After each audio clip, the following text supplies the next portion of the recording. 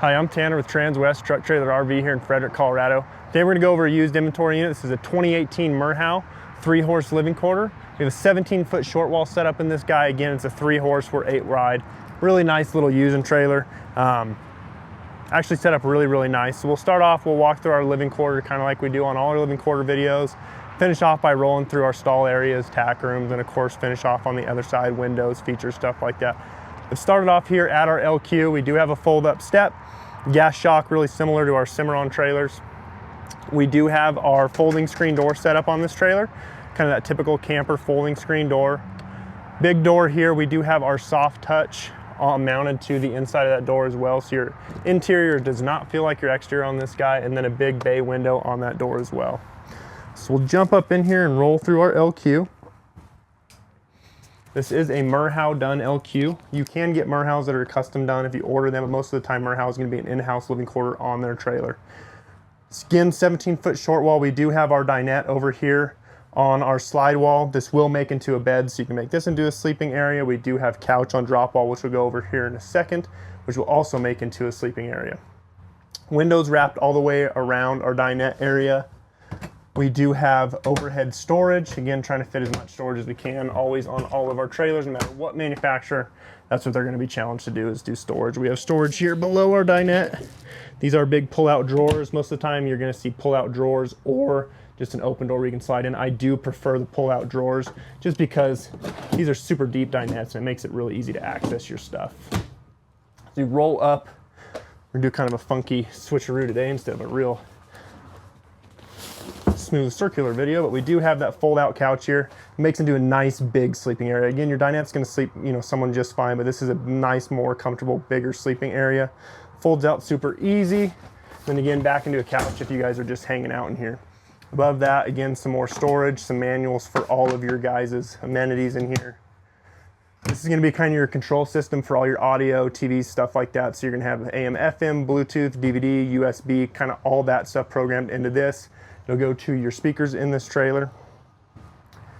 And then up here in our sleeping area, again, plenty of storage. This isn't your typical just back wardrobe. You're gonna have 2 high cabinets above. That'll be a shelf area mounted there. It's a great place to plug in phones, throw them there on top of your shelf, drinks that you're not wanting to spill in the middle of the night. Great little hidey hole cubby. I really prefer this over the wardrobe. Usually in wardrobes, you're just stuffing blankets and stuff in there that you're not ever gonna touch rarely, where this is a little more usable, where you're actually gonna be able to use that space. Wrapped around our corner here, some more storage as well as some overhead cabinets. I really like cabinet finishry on this, kind of this darker look with our dark countertops. Really nice laid out trailer here.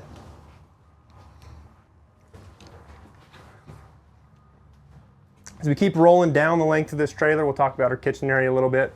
Nice big mounted recessed TV into this box here. Your big convection microwave combo here. Again, I always like having a convection combo just because it's really hard to find the space in a trailer to put an actual oven. Granted, we've seen it done, but this is a way to kind of get the best of both worlds without eating up a ton of cabinet space. 2-burner glass top cooktop mounted below that. And then we do have, again, plenty of shelf storage down here, a low and a high. Double kitchen sink here. It is an actual kitchen sink. I know a lot of trailer sinks you'll see will be tiny little sinks, porcelain, plastic, stuff like this, but this is a stainless sink. It's a full kitchen sink like you would see in your house with a full actual kitchen faucet with 2 modes on there. We do have 2 seating, bar stool type seatings on the back side of that kitchen as well.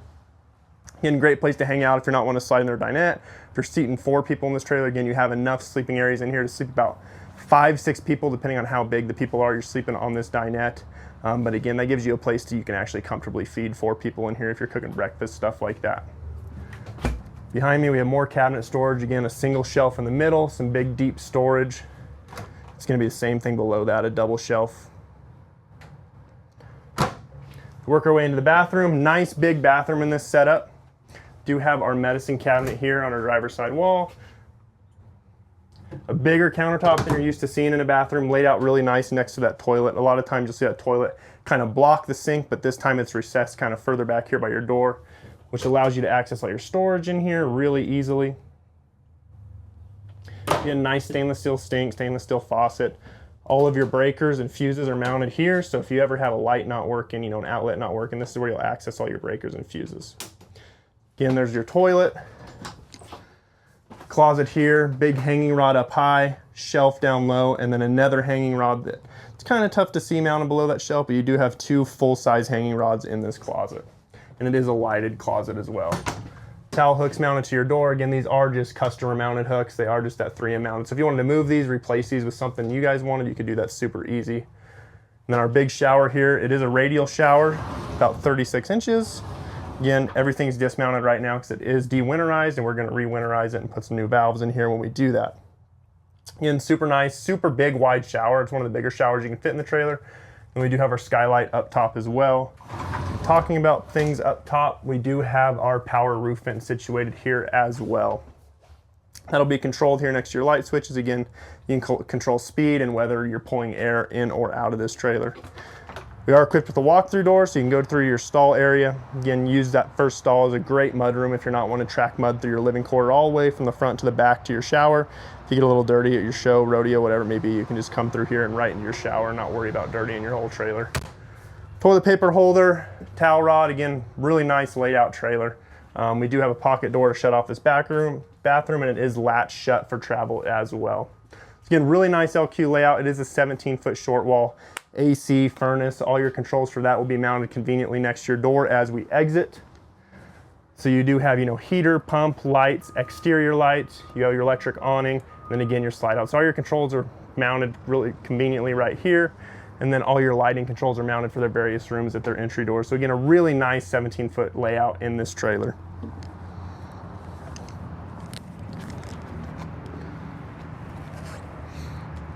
Keep rolling down our passenger side here. We do have our electric awning, control the inside by that button by the door that I showed you guys. Exterior lighting, we do have an exterior light above your door as kind of a porch light situated there. Exterior speaker mounted at the rear of your awning. We do also have, I want to point out, we do have exterior power here, so it's great. I like to do this on my trailers, is take your portable smoker, your electric gas grill, something like that. Anything electric will run off that. Again, whether it's a Blackstone, the new electric smokers, your Coleman's, anything like that. Just a great outdoor cooking area positioned really nicely underneath that awning. So move back, again, we have these huge sliding type windows. They're not going to open all the way. They will open 50% of the way. It's a 3-horse, so you're going to get 3 of them. 3 tie rings. One of them is covered up by our rear door that's latched shut. Up high, we do have a 16-inch LED awning light here to give you guys enough light to be able to see what you're doing if you are saddling off this side of the trailer. We're on 16-inch wheels on this trailer. They are the actual aluminum chrome wheels. As we keep working our way around, you'll get a good look. We do have a sheeted hay rack up top. Again, it's not a hay pod. It does not have a lid. There isn't an onboard generator on this trailer. You will have to power it with shore power, whether that be to a plug at a fairgrounds, plug at your house, or just a portable generator. But it does have the hay rack up there so you guys can haul some hay with you. Back here, we are a 60/40 rear door with a folding rear tack room. I like the 60/40 setup, especially on an 8-wide trailer, just because it gives you that huge loading space over there and you're still getting like a default folding rear tack that you would have on not a super wide trailer. So you're getting the best of both worlds with this guy. For our tack room, we do have our swing out blanket racks right here.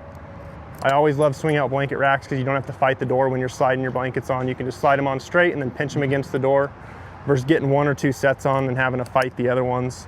Brush tray down low. Again, we do have a converter on here. This is a 30 amp converter, so if you want to convert down to 30 amp on this trailer, you can as well. You will notice first thing on this trailer, big rear ramp leading up to your tack room and your stall area. We have a folding rear tack in here, like I said. We do have 3-tier saddle racks, blanket bars mounted here to the left. If you wanted to super easily, you can pull this saddle rack out, pull 2 pins, fold this over to the wall and have a wide open trailer. Now it's a little bit old school, is this is a center mounted post.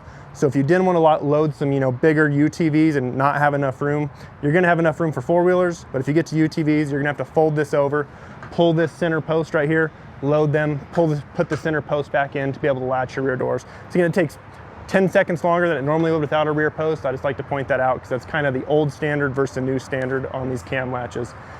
So you walk into this trailer, we are rubber mat over aluminum floor. And we have our tail bar here, partial padded dividers for both stalls.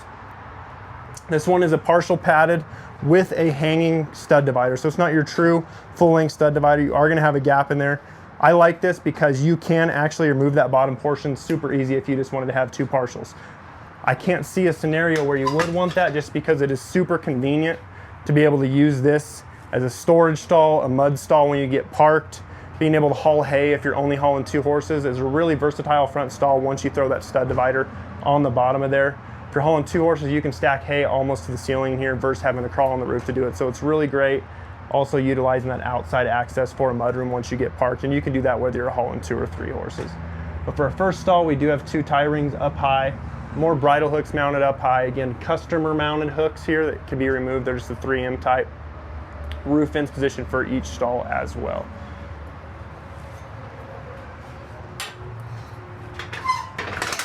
We are a manger trailer. These are deep mangers as well.